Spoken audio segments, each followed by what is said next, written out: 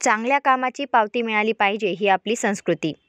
त्यामुळे आज छावा क्रांतीवीर सेना महाराष्ट्राचा 7वा वर्धापन दिन आणि संस्थेचे संस्थापक अध्यक्ष करण गायकर यांच्या वाढदिवशी कोरोना काळात स्वतःचा विचार न करता जे कोविड योद्धा, पत्रकार, सामाजिक कार्यकर्ते आणि नगरसेवक सेवा देत होते त्यांचा सत्कार करण्यात आला.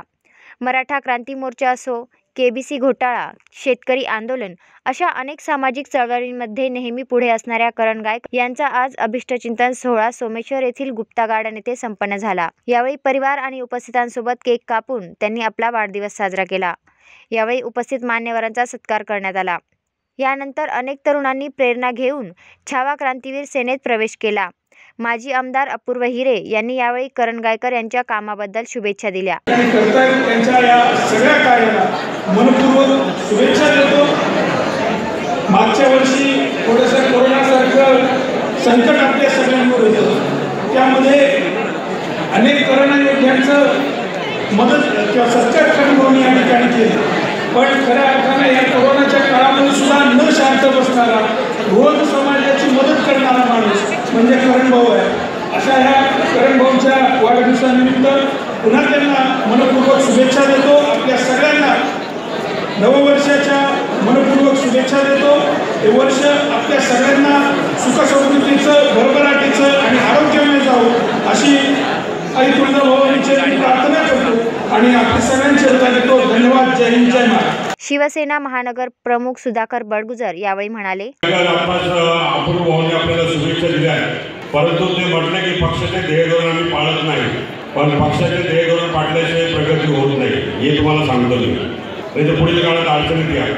पक्ष हा पक्ष असतो, निष्ठा ही निष्ठा असते. काम करण्याची प्रवृत्ती ही माणसाच्या मनामध्ये असली पाहिजे. तुम्ही चळवळीचा कार्यकर्ता आहात, चळवळीने काम तुम्ही उभं केलेलं आहे.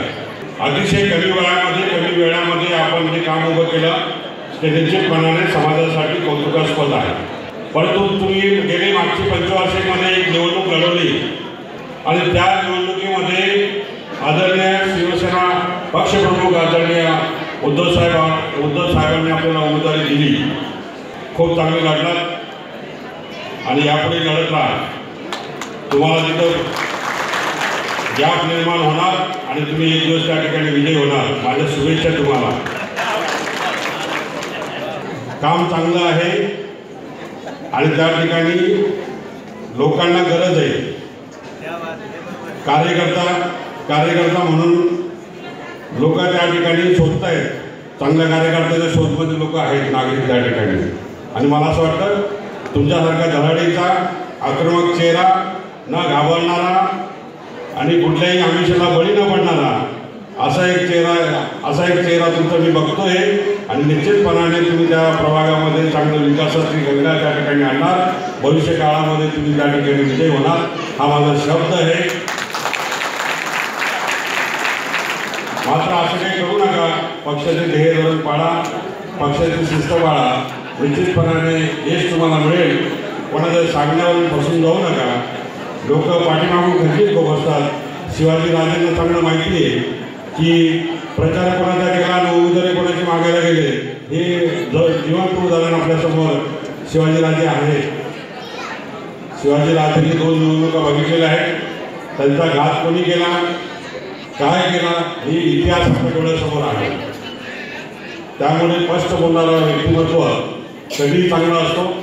आणि म्हणून मी आज सांगतो की करणजी गायकर आपल्या वाढदिवसाची शुभेच्छा देताना एकच सांगेल, आप जिओ हजारो साल के दिन हो 50,000 अशा प्रकारच्या शुभेच्छा देतो.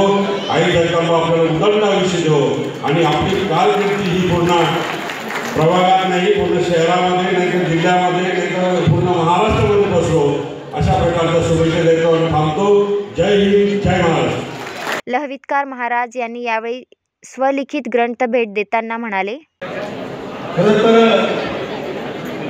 सर्व पक्षाच्या सर्व कार्यकर्त्यांनी त्यांना एका जंगलामध्ये पडणुकीमध्ये राहतो. राष्ट्रसेवा करण्याकरता काही वैचारिक असायला पाहिजे हे त्यांचं अभिष्टचिंतन सोहळ्याच्या निमित्तानं मी कोरोनाच्या कालखंडामध्ये जे चिंतन केलं आणि 1500 पाने त्याची लिहिले तो ग्रंथ त्यांना समर्पण करून त्यांच्या भावी वाटचालीकरता काही महत्त्वाची सूत्र त्याच्यातून त्यांना सापडतील अशी मला या ठिकाणी आशा वाटते. आज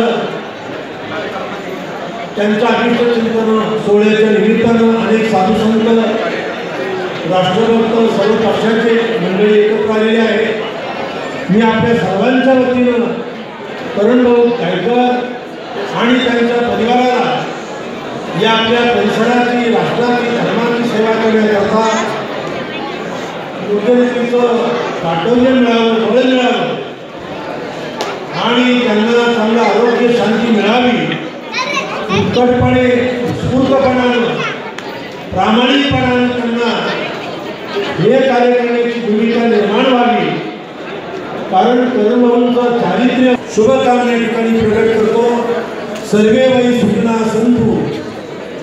जे जे शोषित असतील, ज्यांच्यावर अन्याय होत असेल, त्या सगळ्या लोकांना न्याय देण्यासाठी छावा क्रांती दिवसाला येणाऱ्या काळामध्ये आक्रमकपणे हे मराठ्यांचं आगेमोळ आहे. लागताना जरा विचारपूर्वक लागा आणि राजकीय व्यासपीठावरच्या सगळ्या नेत्यांनी भाषण करताना करण गायकरला आता काहीतरी अरे दिलेले शब्द फक्त पाळा, आमचं बाकी काहीच म्हणणं नाही, आम्ही प्रामाणिक आहोत, प्रामाणिक तुमच्याशी राहतो, पण तुम्ही सुद्धा आमच्याशी प्रामाणिक राहिलं पाहिजे. कारण शिस्त पाहिजे, प्रामाणिकपणा पाहिजे, तर तुमच्याकडे पाहिजे, नुसतं आमच्याकडेच काय पाहिजे. समोर तुम्हाला खरं साष्टांग दंडवत माझं. कोरोनाच्या पार्श्वभूमीवर लोक येत नाही, बोलवलं तरी येत नाही, काही केलं तरी येत नाही. पण करण गायकर सारख्या एक छोट्याशा गावात, गंगावऱ्यासारख्या खेड्या गावात जन्मलेल्या या मुलावर आज अख्ख्या राज्यातून लोक प्रेम करतात. खरोखर हे माझ्या आईवडिलांचं पुण्य, माझ्या कुटुंबाचं पुण्य, महाराज पूर्वाश्रमीचं काहीतरी माझ्या वाट्याला आहे. अरे माझ्यासारखं एकदम आता माझ्या गावातले सगळे लोक समोर. या शुभप्रसंगी शिवाजी सहाने, अभिजित राणे, सुनील बागुल, गिरीश पालवे, विष्णू महाराज, विक्रम नागरे, विलास शिंदे, संतोष गायकवाड, अजय बोरस्ते आदी मान्यवर उपस्थित होते.